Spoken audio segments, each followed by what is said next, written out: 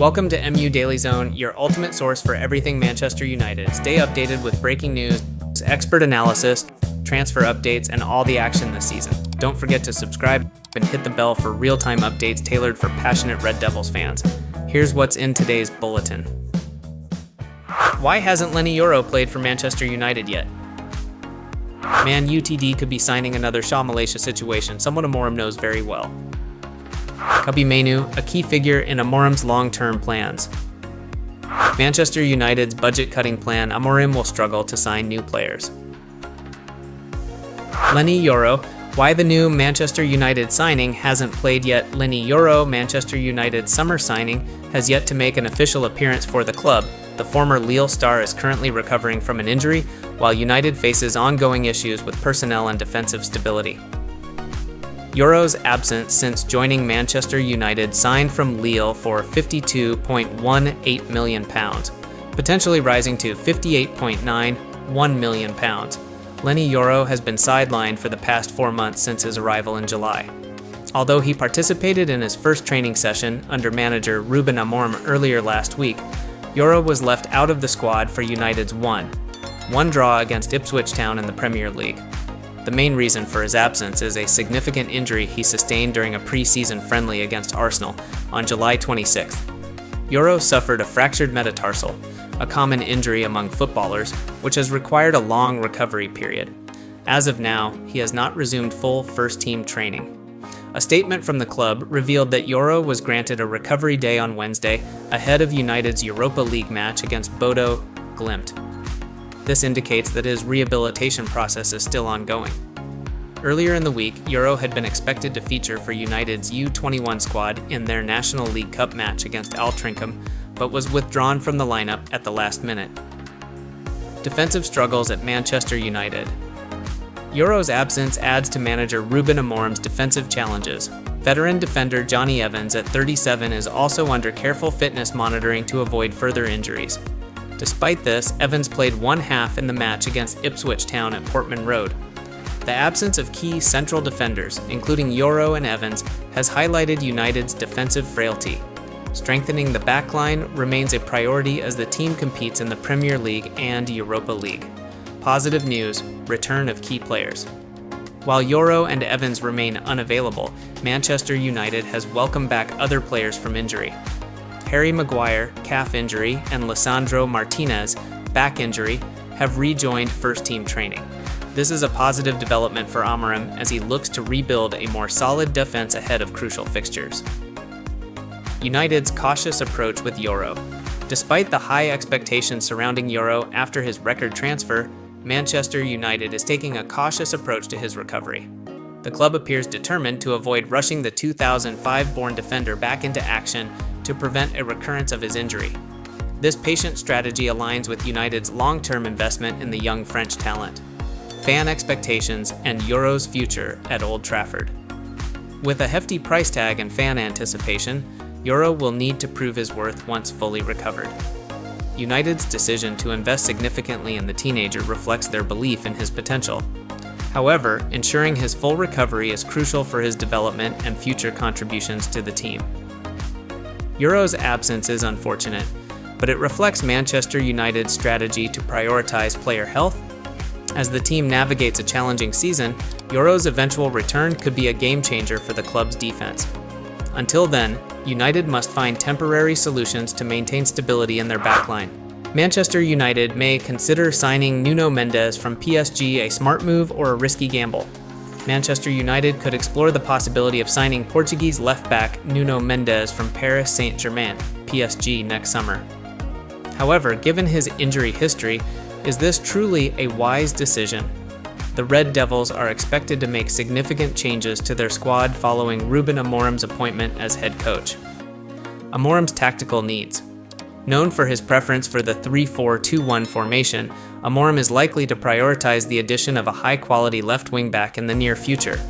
According to the Daily Mail, Amorim has already communicated his transfer plans to United's board, and one of his targets could be PSG's Nuno Mendes, a player he knows well from their time together at Sporting Lisbon. Mendes made a name for himself as a standout left-back at Sporting before moving to PSG in the summer of 2021 for £46 million. This marked a major step in the young defender's career, joining one of Europe's elite clubs. This season, Mendes has recorded 3 goal contributions in 11 appearances. However, his campaign has been frequently disrupted by injuries. Still, when fit, the 22-year-old remains PSG manager Luis Enrique's first-choice left-back, making any potential departure seem unlikely. Challenges in signing Mendes. Although Mendes is a promising prospect, bringing him to Old Trafford would not be straightforward. Firstly, Mendes is highly valued at PSG and is unlikely to leave unless he actively pushes for a transfer. The French club has no apparent intention of selling him, especially since he is tied to a long-term contract and remains a crucial part of their squad. Secondly, United would need to seriously consider Mendes' fitness history. While his talent is undeniable, his injury record raises concerns. Since joining PSG, Mendes has missed nearly 60 matches for both club and country due to muscular injuries. He also suffered a long-term hamstring injury last season, highlighting the risks of signing him. Balancing promise with risk on the pitch, Mendes would be an excellent addition to Manchester United. His passing ability and effectiveness in one-on-one situations make him a highly valuable asset. However, United's recent injury troubles with players like Luke Shaw and Shaw-Malacia suggest they cannot afford to gamble on another injury-prone defender. Amorim is well aware of Mendes' capabilities and the value he could bring to the team. Yet, given his inconsistent fitness, United must carefully evaluate whether this move aligns with their long-term plans. If United decides to pursue Mendes, they must ensure that his injury management is robust enough to avoid the setbacks that plagued Shaw and Malacia. Conclusion: Nuno Mendes is undeniably a top talent and could be an excellent fit for Manchester United's tactical setup. However, his recurring injuries demand caution. The Red Devils need to conduct a thorough assessment before committing to such a high-stakes transfer. Meanwhile, United continues to face challenges on the pitch. After a disappointing one draw with Ipswich Town in the Premier League, the team sits 12th in the standings, 6 points adrift of the top 4. Next, United faces a crucial Europa League clash against Bodo Glimt at Old Trafford, where they hope to regain momentum in a challenging season. Ruben Amorim's vision for Manchester United building around Kobbie Mainoo. Ruben Amorim is focused on crafting a strong Manchester United side centered on young, talented players, with Kobbie Mainoo potentially becoming a key figure in his long-term plans. Amorim made his managerial debut for United in last weekend's 1-1 draw against Ipswich Town. Despite it being his first game in charge, the Portuguese coach seems to have gained valuable insights and is likely to apply those lessons to improve the team. Kobbie Mainoo, a future star in Amorim's plans. One standout player Amorim may already see as crucial to his strategy is Kobbie Mainoo.